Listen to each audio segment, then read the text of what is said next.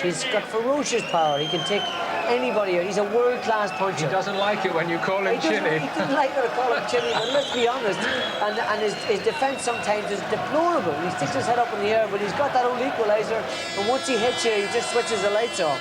Makings of another argument there. More from Barry and from Kevin Lushing after we've heard from the winner. Wayne, congratulations. It was every bit as good a fight as we thought it would be, wasn't it? Yeah, I mean, I thought he would have boxed more from the first round, but you know, he caught me early. He shook me a little bit. My defence was a little bit lax, but I stuck at it, and I said beforehand I'm the best punching light middleweight in the world, and I proved it today. He had a good start, didn't he, Samuels? Yeah, he started off fast. I was struggling with the weight, so he tried to get it out, tried to get it over done with quickly. How badly were you hurt in those first couple of rounds? I was more stunned than hurt. I was stunned. He got me some good shots, but I didn't go down, did I? So I'm not chinny. I didn't go down. What was Jimmy Tibbs saying to you in the corner, though? He would say, keep your head down, move your head more, move your head more. He's trying to bang you out in the first 3 or 4 rounds, so move your head more and weather the storm.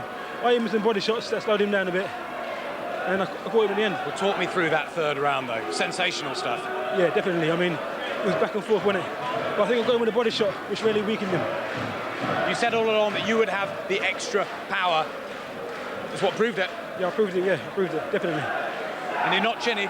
No, definitely not, Barry. I'm not chinny at all. Fourth round was bang, and I never went down, did I? And a great fight for the public as well. I mean, that's the sort of thing we should be seeing. Definitely, yeah. I'm a crowd pleaser. How does it feel to have that belt round you after so long of waiting? It feels great. It's 15 years of waiting. It hasn't really sunk in yet, but hopefully I want to defend it 3 times and keep it outright. That's my main plan. Anthony Farnell ringside. That'd be quite a good challenge for you, wouldn't it? Yeah, but I don't think he'll take it. He won't take me. But anything, anyone. So a little rest now, and congratulations. Thanks a lot. Thank you. Well done, Wayne. I knew he'd get his dig in about Barry. More from Barry and Kevin, as I said, after the break. And when we come back, we'll show you the Commonwealth heavyweight champion, Danny Williams, in action here. That's next.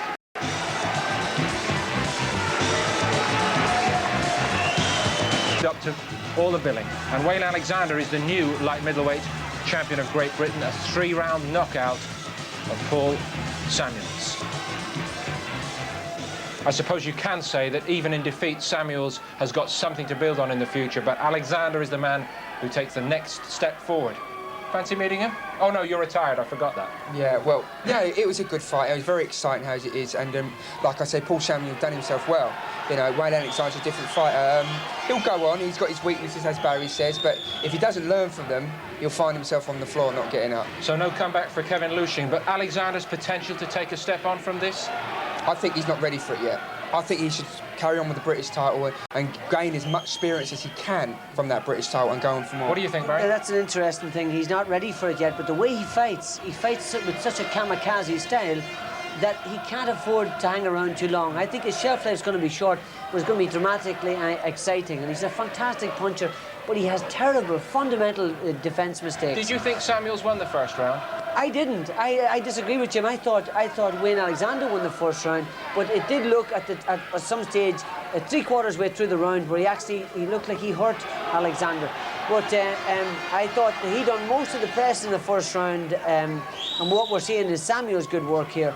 But I did think that Alexander won the first round, but just more pressure, and they looked better and hit with more authority, and that was very apparent in the second round when he started to nail him. Samuels made the wrong mistake. He started to fight him. He should have been standing off him and trying to box him. He decided to come inside and punch in range, and you can't get hit with this guy and stay around for too long. He's such a solid puncher. He can just take you out with one shot, and the writing was on the wall here. He nailed him with a couple of really good shots there, and it looked like he was a bit shaky, you know. Shades of Lushing Saunders, I guess. Well, we had to say that you could probably both had more to offer defensively. Exactly. Well, we went down a few times. It was a bit more, but that's what makes him the difference. He punches that hard that Samuel wasn't allowed to recover from. I don't think he was, and the third round summed it up. It just showed this guy's amazing power. He was able to he cannot take chances with this guy. He can hit you and take your lights out. He can knock out middleweights, light heavyweights. This guy's got so much power. But look where his head is. Look, gets caught with a left hook by well, that's what makes him exciting. That's what makes him exciting. That's true. But it may limit his potential in world-class terms, or anything more than British title terms. But there's no doubt about it. Anybody that can hit. Look where his head is here. He's got to do something about that. He really has to. And I know Jimmy's been working very hard. I repeat on his behalf, Barry, aimed at you, he is not chinny. That is the message to you, Mr. McGuigan. It's only my opinion, but time will tell. Time will tell, exactly. But he's a good fighter and he deserves to be British champion. He really does. Yeah, question about Paul. Probably question about Paul Thomas here. We were talking off here. Maybe Paul could have just pulled it up a little bit. He was very badly hurt here. And this final right hand here, that should have been the time for him to step in. You know, 2 or 3 more punches can mean the end of a guy's career. So, but Paul Thomas eventually stopped it. But an emphatic performance, and I take my hand off and I say, well done, Wayne Alexander, but you still got a weak chin. You've got to do something about your defence. You're an explosive puncher, but you've got to do something about your On the defence. evidence of Harry Simon display here tonight, clearly Alexander would not be ready for that sort of step up in class. And he would be putting too much on the kid to take that kind of chance. Let him progress. You are ruling yourself out because you're telling us definitely you will not come back. So where should he go? I think he should play some voluntary defences, you know, learn his trade on the boxing and the British side of it, and see what comes along. You never know what in boxing. All of a sudden, one door closes, another one opens, and I think he should take advantage of it when it comes. Let's hope he enjoys this night of triumph for him. Earlier tonight here, we had the return to action of the Commonwealth heavyweight champion, Danny Williams. A non-title fight technically, but should Williams lose here, his title would be forfeit. That is the Commonwealth rule. But Williams looking to look sharp and fit against a tough, rugged South African by the name of Anton Nel. Here's round 3. Third round here. Danny Williams, the Commonwealth champion, the heavyweight division. Of course, British champion Julius Francis and our unified world champion Lennox Lewis. He's starting to up the pace a little now against Anton Nel from South Africa, who has lost the first couple of rounds, we think, but is trying in there, isn't he? Yep, and to repeat myself, he's trying harder than I expected. I feared maybe it was an opponent brought in, you know, just before Williams challenges again for the British title, but not. This is a live one. But a weight advantage, a fair idea of the game, and the fact that he's prepared to take Williams' punches and stand his ground, he's making it competitive. I was talking to Williams at the weigh-in, and he said that he wanted to keep very busy this year. He was hoping maybe to creep onto the Tyson undercard on April the 8th and then fight Julius Francis. He's disgusted with his performance last year against Julius, but a good left jab there with Anton Nel, just stunned for the first time in the contest. He wants Francis though, Williams. He didn't have a game plan that night. Fights in bursts, doesn't he? Yeah, and I think that's a good plan too. And I think in the past, Williams may have been worried by the fact that his punches didn't seem to be having any impact on this guy, and maybe I've gone into a shell and started trying something else. But if he just keeps working away, keeps chiseling away at this guy, no signs that he's going to fold suddenly. But Williams keeps doing as he's doing, picking him off, taking nothing back in return. Eventually, this big fella's resistance will start to fall. Just working him over, Danny Williams at the moment. As Nel eats another jab up, trying to get his right glove in the way.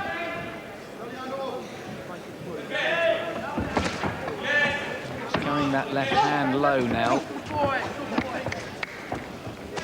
But again comes forward. Pushes Williams on those ropes.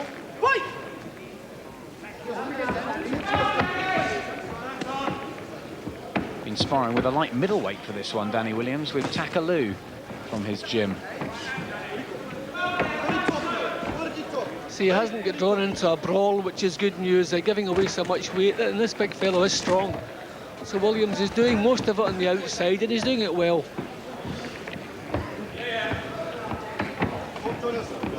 Again, waits and tees up that right hand, Williams.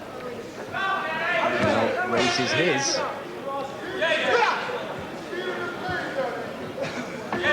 Just has a bit of a cough at the end of the third. It's all Williams, though. He's in the white and black trunks. Anton Nel in the white shorts. No pushover, this South African champion. And Williams may be piling up the points. Nel has not looked in any serious trouble as of yet.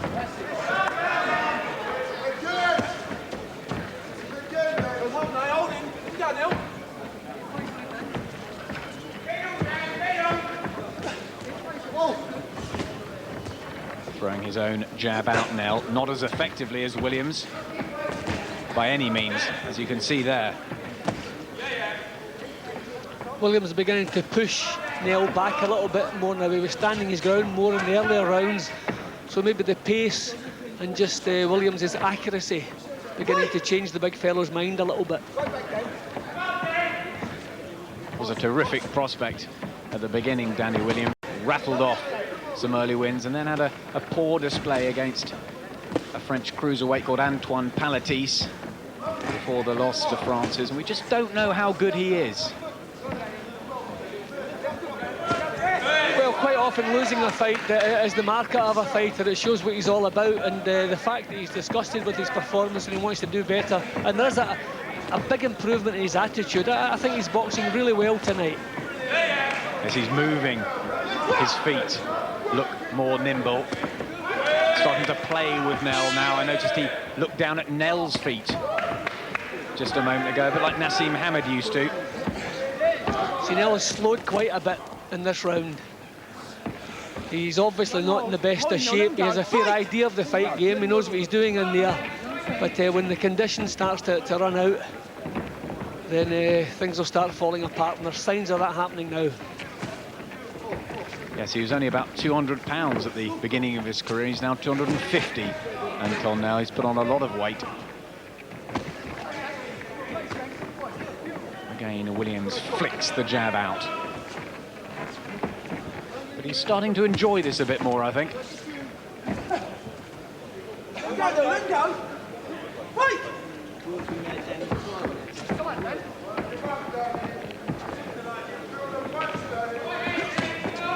It's maybe time now for Williams to put some punches together. I mean, he's solved the big fellow out now. He's getting himself into punching range whenever he likes. So it's probably time now to put punches together. 2, 3 and 4 punches at a time. Just separated, and Anton Nel warned.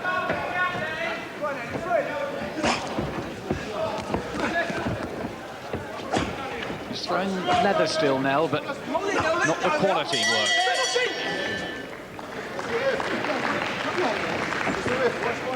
It's been pretty much one-way traffic for Danny Williams, the Commonwealth heavyweight champion, on the right of your picture there in the white and black shorts, against the big South African Anton Nel, who has rolling thunder on his white trunks. That's how you've got it, Jim? Yeah, he's winning all the way through, yep, and winning the rounds more clearly as the fight progresses. But there's a sharpness about him, about his boxing and about his attitude that I like. His concentration is good, he's not making any mistakes. He's in with a big, tough fellow who's enjoying a weight advantage, and he's doing the job perfectly. Lovely shot. I don't know if the big man was claiming it was low yet. Well, the referee reckons it is. Too bad, it was a good-looking shot. It was. It'd be interesting to look at that again. But Nel's down on one knee for now. Let's have a look. A bit low, I think. Yep, definitely low. Yep, no question of that. Yeah, it's just below the regulation for Danny Williams. And now Anton Nel is sitting on the canvas. Referee Ian John Lewis is giving him time. Maybe he doesn't want much more, Jim. Well, I mean, no signs. I mean, it was, you could see the way the punch landed. It lifted the protective cup up, which is very, very painful. I've seen some fighters making the most of a low blow, but you can see the way that punch came all the way up and lifted the protective cup up. That would be a painful one. And nothing to suggest this big fellow would look to swallow. Not good on him. Full credit. That's it. He's been tough throughout this contest, and it's good to see Anton Nel carrying on and not making too much of a meal of that. Williams springs on his feet, lighter on his feet than he has been in a while. Really enjoying the athletic work that Jim McDonald uses in his Camden camp. Good right body shot from Nel, though.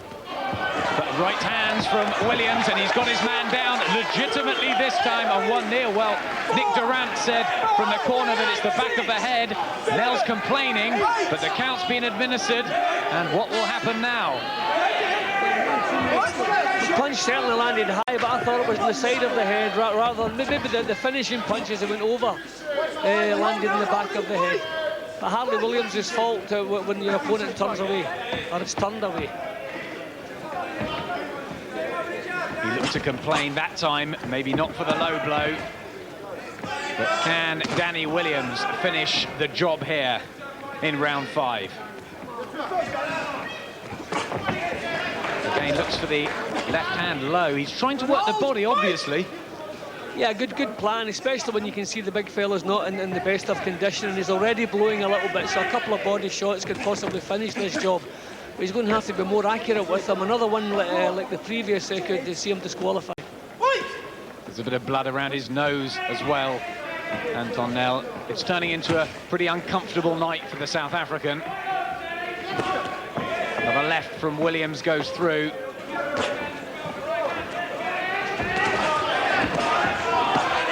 And Nel looks uncomfortably placed in that ring. There's a worried look on Nick Durant in the corner. I mean, Williams has plenty of time here to get the punches, so that was a good shot.